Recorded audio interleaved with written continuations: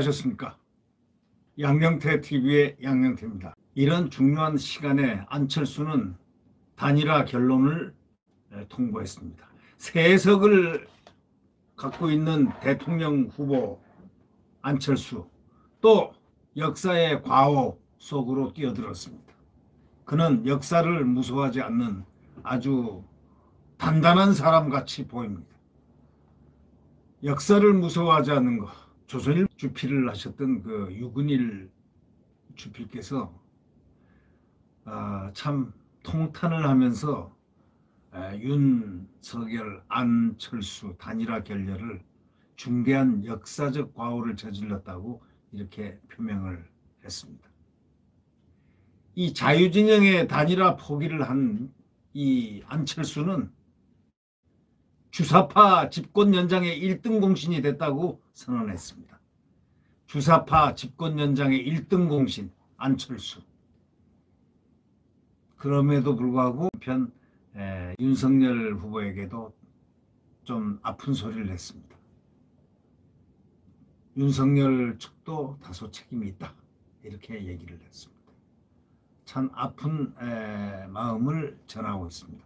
이 안철수 후보 완주하기로 최후 통첩까지 했다는 소리를 듣고 아주 경악을 금치 못한다는 그런 그의 표현이 있었습니다. 그게 바로 안철수의 본심이었다고 그는 지적하고 있습니다. 안철수의 원래 본심이 완주하기로 최후 통첩을 하는 것이 처음부터 다 생각을 그렇게 갖고 있었다, 이런 얘기입니다.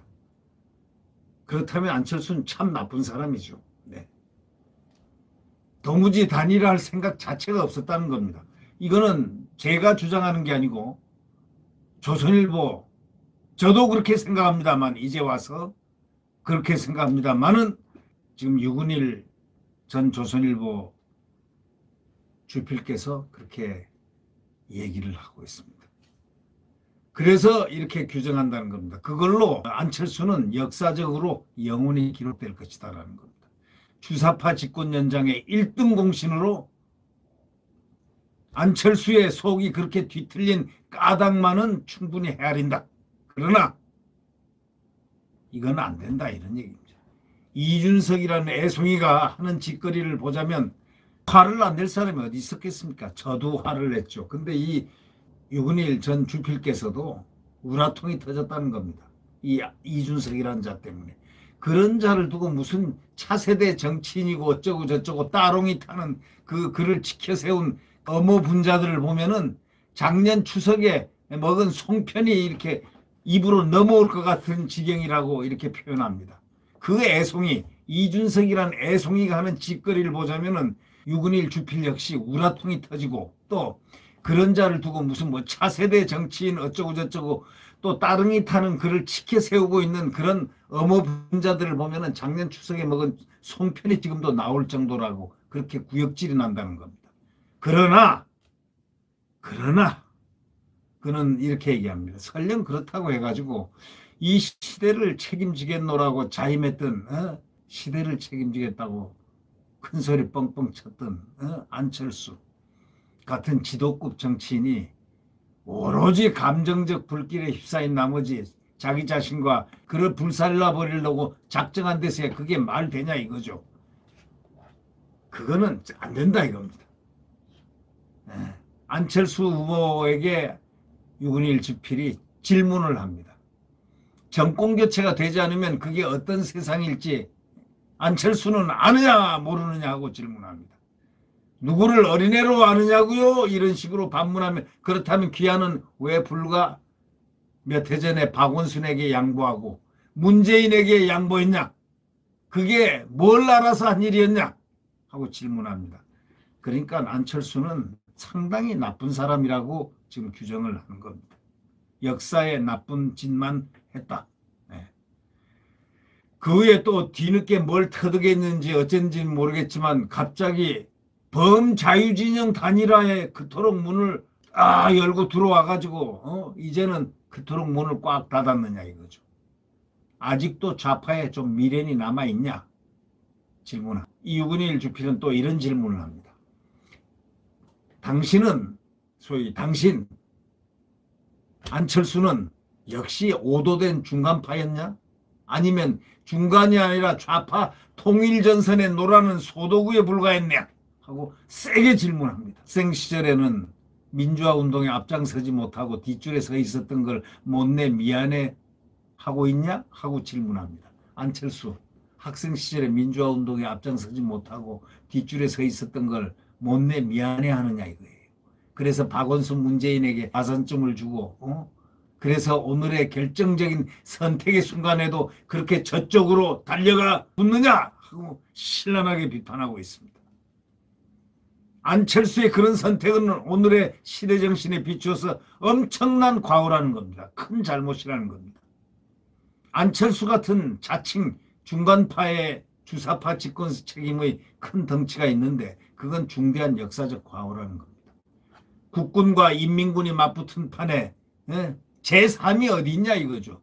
오늘 세상에 간첩이 진정 없냐 이거예요. 꿈 좀 깨라 안철수. 이렇게 충고를 합니다. 안철수에게 유근일 주필이 꿈 좀 깨라고 안철수에게 충고하고 있습니다.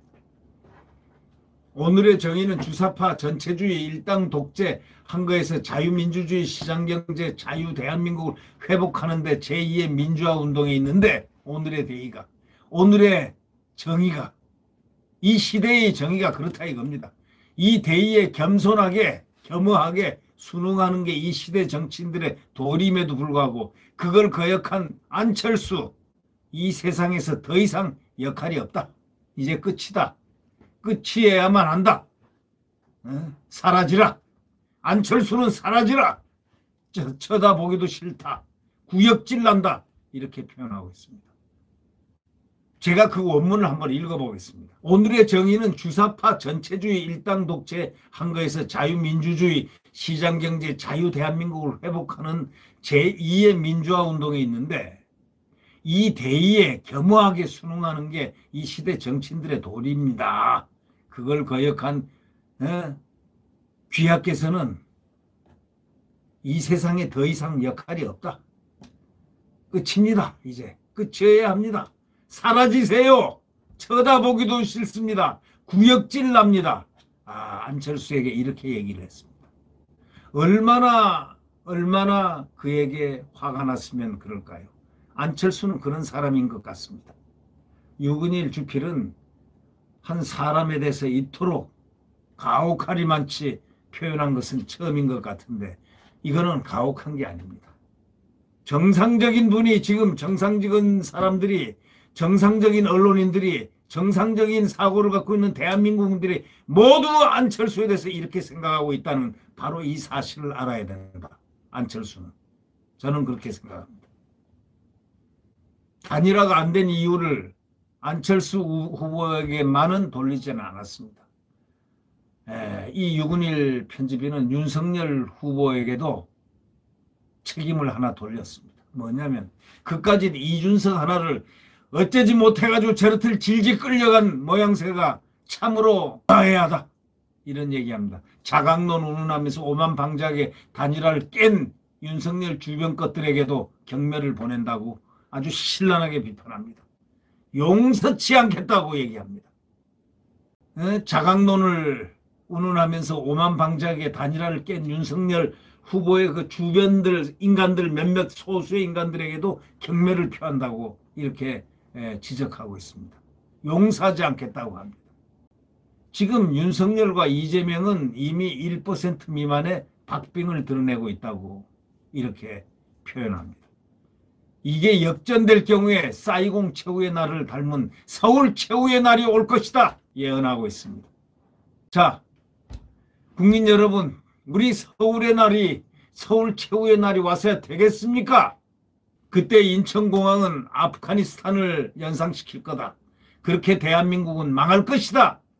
한국인 보트피플은 아무도 도와주지 않을 것이다. 그래 어디 한번 쫄딱 망해들 봐라. 이렇게 얘기하는 유근일 그 전 주필의 그 가슴에는 지금 멍이 들어있는 것 같습니다. 아니 저는 더 심한 멍에 휘둘려 있습니다. 자, 이것이 오늘 살아가는 이 시대 정치인들이 하는 행태를 보면서 분노하고 있는 지성인의 목소리입니다. 여러분 느낌이 어떻습니까? 이 안철수는 엄청난 과오를, 중대한 역사적 과오를 저질렀다고 꾸짖고 있는 유근인 전 주필의 그 이야기는 지금 대한민국 산하로 지금 방방곡곡으로 퍼지고 있습니다. 안철수, 그는 주사파 집권연장을 한 1등 공신이 되었다고 단언하고 있습니다. 그 말이 맞습니다. 저도 그렇게 생각합니다. 자강론 운운하며 오만방장에 떠들었던 이준석에게도 함께 둘이 분노를 표합니다. 대한민국 국민들에게 분노를 안겨준 역사적 과오를 범한 두 사람, 정말 진절이 납니다. 네, 구독 버튼과 엄지를 눌러주시면 감사하겠습니다. 이제 일주일여밖에 남지 않았습니다. 여러분, 호소합니다. 안녕히 계십시오.